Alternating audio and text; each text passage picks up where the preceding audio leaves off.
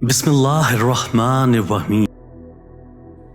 हर कोई ज़हीन होता है, लेकिन अगर आप मछली की खूबियों का अंदाज़ा उसके दरख्त पर चढ़ने से लगाएंगे तो वो सारी ज़िंदगी अपने आप को बेवकूफ़ समझती रहेगी।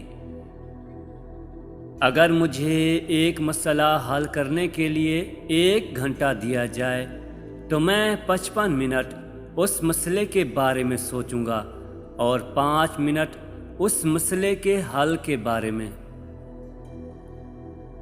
अगर आप कोई बात 6 साल के बच्चे को नहीं समझा सकते तो इसका मतलब ये है कि आपको खुद इस बात की समझ नहीं। मैं हर किसी से एक ही तरह बात करता हूँ, चाहे वो कचरा उठाने वाला हो या यूनिवर्सिटी का मालिक। जिस चीज़ को दोबारा भी देख सकते हो उसे याद मत करो।